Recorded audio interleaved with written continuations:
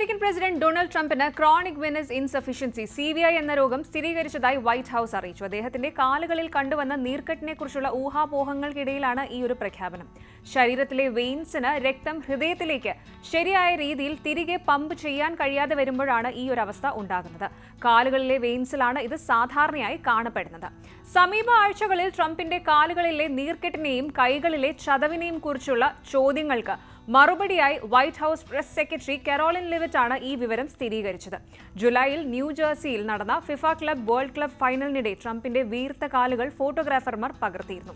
അതുപോലെ വൈറ്റ് ഹൌസിൽ ബഹ്റൈൻ പ്രധാനമന്ത്രിയുമായുള്ള കൂടിക്കാഴ്ചയ്ക്കിടെ ട്രംപിന്റെ കൈകൾ ചതഞ്ഞിരിക്കുന്നതും ഫോട്ടോകളിൽ കാണാമായിരുന്നു. പ്രസിഡന്റിന്റെ ഫിസിഷ്യനായ doctor Sean P Barbabella white house പങ്കുവച്ച ഒരു മെമ്മോയിൽ 79 വയസ്സുകാരനായ ട്രംപിന് കാലിൽ നേരിയ നീർക്കെട്ട് ശ്രദ്ധയിൽപ്പെട്ടതിനെ തുടർന്ന് വിശദമായ പരിശോധനകൾ നടത്തിയതായി വ്യക്തമാക്കി. അദ്ദേഹത്തിന്റെ അവസ്ഥ അപകടകരമല്ലാത്തതും 70 വയസ്സിന് മുകളിലുള്ളവരിൽ സാധാരണയായി കാണുന്നതുമെന്നാണ് ഡോക്ടർ കൂട്ടിച്ചേർത്തു. അമേരിക്കൻ മുതിർന്നവരിൽ 10 മുതൽ 35% വരെ ആളുകളിൽ ക്രോണിക് വെനസ് ഇൻസഫിഷ്യൻസി കണ്ടുവരുന്നുണ്ടെന്നും പ്രായം കൂടുമ്പോൾ ഇതിന്റെ സാധ്യത വർദ്ധിക്കുന്നുവെന്നും കണക്കാക്കപ്പെടുന്നു. ഈ അവസ്ഥ സാധാരണയായി കാലുകളിലാണ് കാണപ്പെടുന്നത്. ട്രംപിന് അനുഭവപ്പെട്ടതുപോലെ നീർക്കെട്ടിന് ഇത് കാരണമാകും.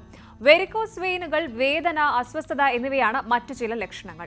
അപൂർവമായി വീനസ് അൾസറുകൾ, അതായത് സാധാരണയേക്കാൾ കൂടുതൽ സമയമെടുത്ത് ഉണങ്ങുന്ന മുറിവുകൾ ഉണ്ടാകാനും സാധ്യതയുണ്ട്. ട്രംപിന്റെ കാര്യത്തിൽ ഹൃദയസ്തംഭനത്തിന്റെ യാതൊരു ലക്ഷണങ്ങളും ഇല്ലെന്ന് വൈറ്റ് ഹൌസ് ഫിസിഷ്യൻ വ്യക്തമാക്കി. പ്രധാനമായി ഡീപ് വെയിൻ ത്രോംബോസിസ് (DVT)യുടെയോ ആർട്ടീരിയൽ ഡിസീസിന്റെയോ യാതൊരു ലക്ഷണവും ഉണ്ടായിരുന്നില്ല. കൂടാതെ ട്രംപിന്റെ ലാബ് പരിശോധനാ ഫലങ്ങളെല്ലാം സാധാരണ നിലയിലായിരുന്നുവെന്നും ട്രംപിന് ഒരു എക്കോകാർഡിയോഗ്രാമും നടത്തി ഹൃദയസ്തംഭനം, വൃക്കരോഗം അല്ലെങ്കിൽ സിസ്റ്റമിക് രോഗം എന്നിവയുടെ ലക്ഷണങ്ങളൊന്നും കണ്ടെത്താനായില്ല എന്നും ഫിസിഷ്യൻ വ്യക്തമാക്കിയിട്ടുണ്ട്. CNN റിപ്പോർട്ട് ചെയ്യുന്നതനുസരിച്ച് ഓരോ വർഷവും ഏകദേശം 1.5 ലക്ഷം ആളുകൾക്ക് ഈ ഒരു അവസ്ഥ സ്ഥിരീകരിക്കപ്പെടുന്നുണ്ട്. എന്നാൽ ഇത് ഭയപ്പെടുത്തുന്ന വിവരമല്ല, പക്ഷേ അതിശയകരവുമല്ല എന്ന് ഹാർവാർഡ് മെഡിക്കൽ സ്കൂളിലെ എമർജൻസി മെഡിസിൻ അസിസ്റ്റന്റ് പ്രൊഫസറായ ഡോക്ടർ ജെറമി ഫോസ്റ്റ് പറഞ്ഞു. പ്രസ് ബ്രീഫിംഗിനിടെ പ്രസിഡന്റിന് അസ്വസ്ഥതകളൊന്നും അനുഭവപ്പെടുന്നില്ലെന്ന് ലിവിറ്റ് കൂട്ടിച്ചേർത്തു.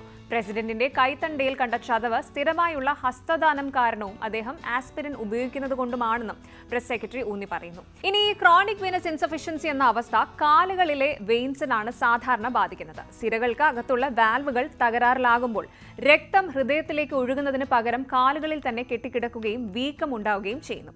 ഇതിന്റെ പ്രധാന കാരണങ്ങൾ എന്ന് പറയുന്നത് പ്രായം, അമിതവണ്ണം, ഗർഭം, രക്തം കട്ടപിടിക്കൽ, ദീർഘനേരം നിൽക്കുന്നതോ അല്ലെങ്കിൽ ഇരിക്കുന്നതോ ആയ ജീവിതശൈലി, അതുപോലെ വ്യായാമം ഇല്ലായ്മ എന്നിവയൊക്കെയാണ്.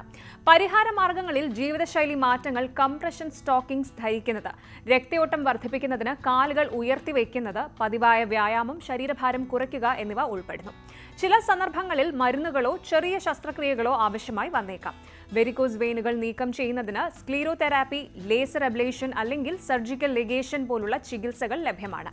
സമയബന്ധിതമായ ചികിത്സയിലൂടെ CVI ലക്ഷണങ്ങൾ കുറയ്ക്കാനും സങ്കീർണതകൾ തടയാനും കഴിയും. ഇനി ട്രംപിന്റെ കാര്യം വരുമ്പോൾ ട്രംപിന് ഗുരുതരമായ ഹൃദയരോഗങ്ങളോ രക്തം കട്ടപിടിക്കലോ അല്ലെങ്കിൽ വൃക്കരോഗങ്ങളോ മറ്റോ ഇല്ലെന്ന് ഡോക്ടർമാർ സ്ഥിരീകരിച്ചതിനാൽ അദ്ദേഹത്തിന്റെ അവസ്ഥ താരതമ്യേന അപകടകരമല്ലാത്ത ഒന്നാണെന്നും ശ്രദ്ധയോടെ കൈകാര്യം ചെയ്താൽ സാധാരണ ജീവിതം നയിക്കാൻ സാധിക്കുമെന്നും വിദഗ്ധർ അഭിപ്രായപ്പെടുന്നു.